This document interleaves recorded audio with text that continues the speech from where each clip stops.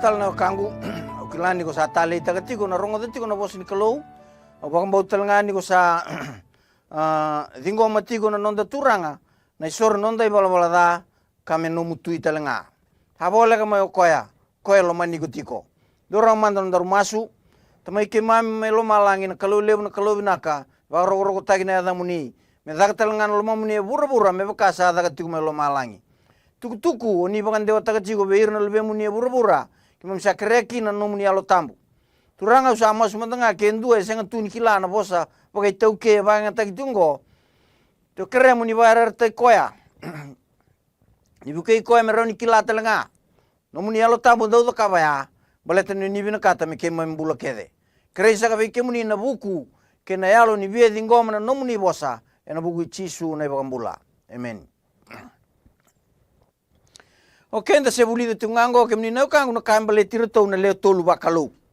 Sarai demai na kaembaleta na non reto bakarau nimbula. Ni sone bakarau nimbula ya tunga berto. Sone bakarau nimbula enda subotai mai weekenda. Ia, e vida talengo enda na raida na kaembaleta na nona tutu bakalu ka de resara. Na sovereignty of God. Kalau kau ke na nona lewa. Nei bola tambu era bola itukina leusar nei talanoa rawan ninda wulikina ena nona wewe kan na kalau bate ke ikenda na tamata enduang go nei talanoa chiko nei bola nei Taniela ena talanoa Taniela wase rua ko roni kilango ni atandra na tui one pukanesa ngai ngule daba nona tandra ia sangai lakumayo ne o Taniela me mai bakamadala taga na tandra gai tukuno bango be ne bukanesa kemuni na tui kemuni na nomuni ngauna e bata karkar taga na ulu ko ulongo na matakau ko ya tandra ena tumu mai ndu tala maten tu le sombe kemuni ya e bata karkar taki mitia ke Persia ni rongoda ne bukanesa na tumu mai ndu na maten tu le sombe kemuni metarana World Empire kuna numun talitak sianga ena nona alo kaua kina nona sengi bina kata menruka na nona maten tue na nona ngauna ngai mbulio ko ento na mata kaula mai dake da sarera non sambulia na mata kaula ya sangai ba saura rata kirna tamata kede meraduba kangarava na kalone Taniela ne dia ne bukanesa karavar go taltunga be ko ya na tauke ni mata kauya o ne bukanesa na tui sa sanga one bukanesa mikuniado nga na nona matentu na uluna pinakatoko ay melako sumbuan dua kang lomani sinirawa ya nakalo ni sa tau na nona lewa seng nindua ni rawa ni senin rawa na tamata me baga sevao ya saliado na wase tolu ya nirto sambiu tabum bulan orto na dorobo ni piriu ya sangai rei tumo ne bugana sangai rei nindua tu eloma ken to ikaba sabakana lubin temata kangulomani sebagai be na daga ni te bore na non sanga me bagalenga me baga seba na tuba ni kalau tamata sin rawata iya o chisu e toko na tu na nona bosambula. Kai lago na wase va, sangai lau reikina ni sa tandra tal na tui. Ena nona senga tigo ni via soro wana kalau na tui ngo. Tandra ko ento na bunikau. Bunikau ngo eta. Tunga na buna. Iya. Koe bata karakar na tandra ya. One bukanesa koe na layang bagi bitu mekana karasi. Dua lina temata rawa ni taroba na linga ni kalau dedere. Kale wa dedere talenga. Rongoda na nona ibuna o tui nepu kanesa ngo. Koe na hipi ko waka etiko. Senga ni koci yang bagi bitu, senga ni sili tunga na uda batake na tengu. Kania tunga na do kena karasi. Resa yang bang nilai terain na kerasia, iya kerasia rere bakam tangan manu merakania, akang glomani, na kalau ni sa tau dan non lewasin ni tuan tamataran basuka. Rongo non e buna o Nebukadnesa ni sa lesu mena kan karasi. Ia na kai bura-bura kedenga. Sana numi merakawale kasa da kava na kai vinaka ko koya e na kenra maliwa. Nai baba koso baka loma langi ke ira talenga na kai bura-bura. Kasenga endua e vaganda roe rawa nalingana se kaiwa adaba kosa da kava. Tani alawa sevan tikine tulsong ulgalima. Samba buna utibi ko endua na hipi. Era nona buna uka. Rongo di choni e tokona na dedere ke nando kai ni kalau kau kawa. Watakilawa sevan tikine tinikandua. Kemunina neto turanga ke na neto kalau. Sandon donu me ia vei kemuni na bakarogoroko. Ke na vendo kai. Ke na kau kawa. Nisai kemuni. Kambulia. Kake denga erambuli katundei talenga ena nomuni lewa. Oyana kaire do choni ena ibola sar ni bagtakila. Ni go chisu na kalau na turanga. Neto kalau na kalau lebu na kalau dina. O koya e dakawa na bagaroroko ke na vendo kai. O koya e nona na kaukawa. Nisai kemuni kambulia na kake denga. O de nom kalau ni kuwa. Chisu na kalau. Koe na turanga da waraga chiko. Rongada. O koe na kalau dau bembuli. Iku sangarabi chisu tiko. Koe sure tiko chiko mongarabi koya. Ena ingarangarabi bina kata o koya. Salebu na matanggalin garabi kalau sa tunggo e bura-bura. Koe nga na matanggalin garabi kalau koe adaka mo yo keni mene ibati kebu. Ak tukuni berau sarau kilati kun don me baga tambori ngana manu me soro. Keni ka bango elo mana. Oh, I'll do it my own way. Au na takabanga na kauna numa. Mede dawa da kaba chugo buru ni kwa na mede ngane keni. Kalau ni sabo semai sa tukun mai matata o yau me ungarabi na nongu matanggali ngarabi ngo na singa ngo me ungarabi kina o yau auturanga kina Chisu Kristo alminaka. Me bukai kuna turang me almolmolumu mongarabi koya. Bagaya lo baga indina. E mwani vata ena tikina edake na itukutuku ena waseva ena ibaga takila. Ko ira kede sara na buli mai lo malangi kei bura-bura era na baga dau taka ka baga rogo taki koya na kalau.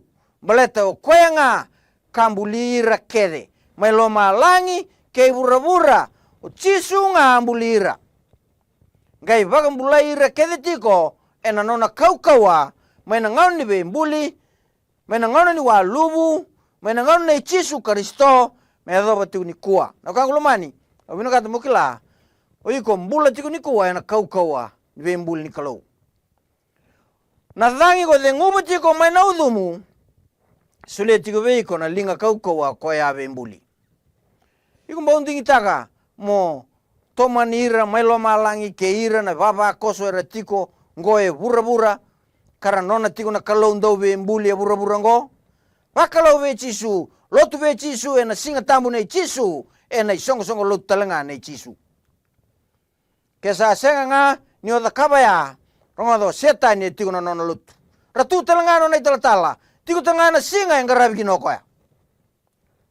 Wadama na nona inagi-nagi na kalau, menda yado, menda udui koya, kena lubena.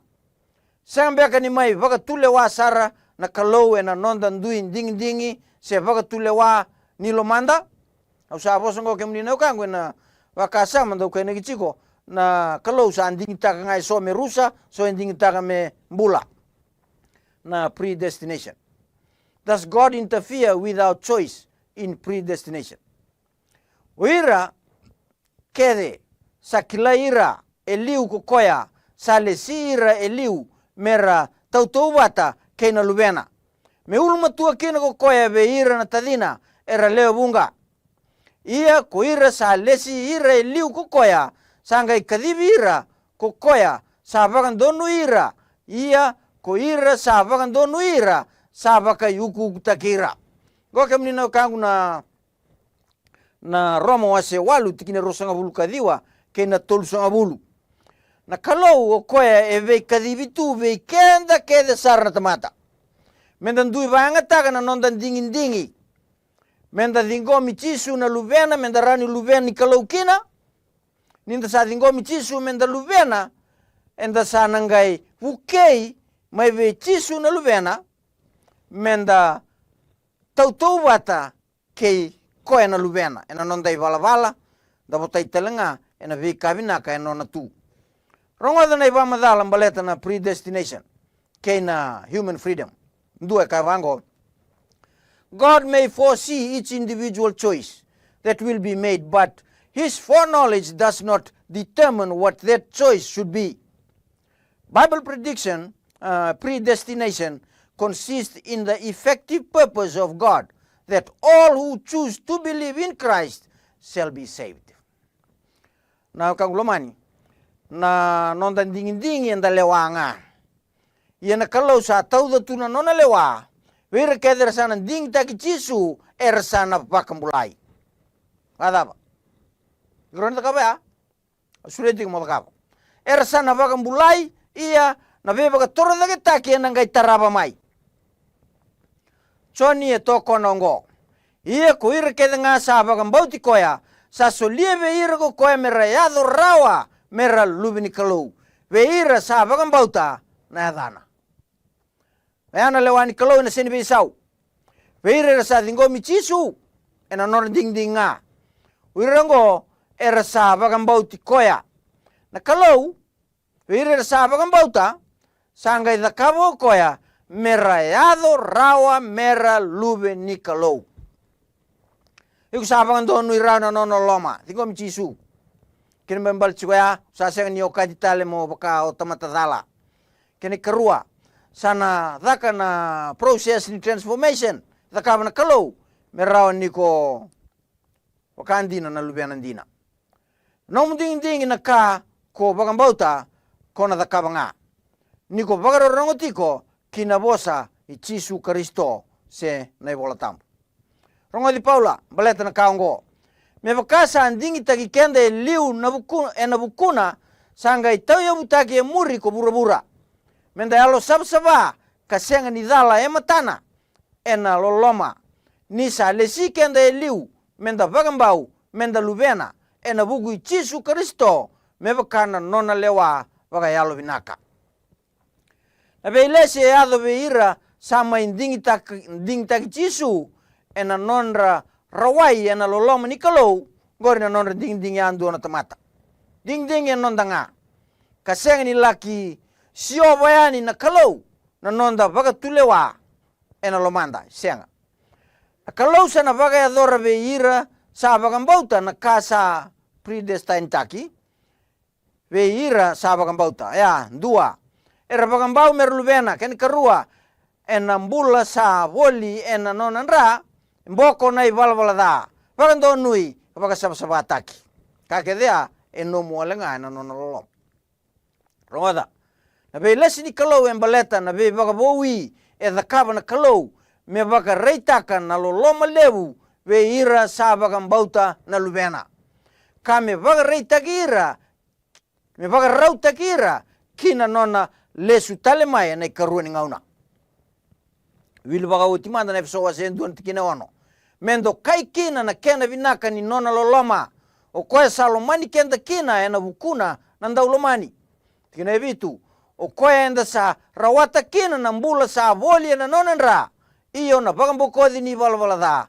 me bakana nona loloma lebu o koe sa baga lebu taka sara vei kenda ko koya ena buku kena aloma tua kedenga nisa wakata kilai vei kenda na nona lewa ka buni tu me bakana ka evinaka wa kana kita bagai koyanga rongoda na kangu esengni predestined taki ko sengni predestined takana kalau ko koe membula se o koe me rusa senga o koe ngai tege bunga na predestination ena nonda sa ding me dingo michisu na kae predestined taki sai koya na kena vakayadori veira sa ambula na bugu Kristo na veika tale katotoka ka vagarauta tu na kalau me nonra. Me vagareita ka veira na nona lewa vinaka na kalau dedere e senga nindua e rauni vagadala se taro varau. Me adokina na ka sa lewago koya ni sa oti kedenga na ngauna sa lokudi me songo na vata na ka kedenga ve Kristo na vika mai lo malangi se na vika e burabura. Kang lomai na kalau daga daga diku. Koe vagarauta ki burabura tiko vagarauta ki lo malang telenga. Kang ke baka kai burabura tu tauri Jisu marani kai lo malang kina. Now, predestination is about transformation and salvation in preparation to those who made their own choice to believe in Jesus to save them. Gonna be straight to be gonna kangu. If you want to continue this salvation experience, pray with me now. Tamai ke mami, fina wale ko nomuni bosa. Ke mami, tamatan dina. Udui ke muni na alo loma, na alo binaka, na bosota bagandende. Kena dunru baka malua. Oni sa kalau binaka ko ke muni. Na wale ko daka e mai dakabo Jisu e na buguni tuku binaka. Vese utai ke mami rame ke mami udui ke muni. Ni alo binaka ni dakabo ngo wa endua sa ding na tikni awongo. Me udui ke muni e na loloma i Kristo sa na raokina. Mai maso wa binaka ve ke muni e na bugu Jisu na nema misoro kai bakambula. Amen.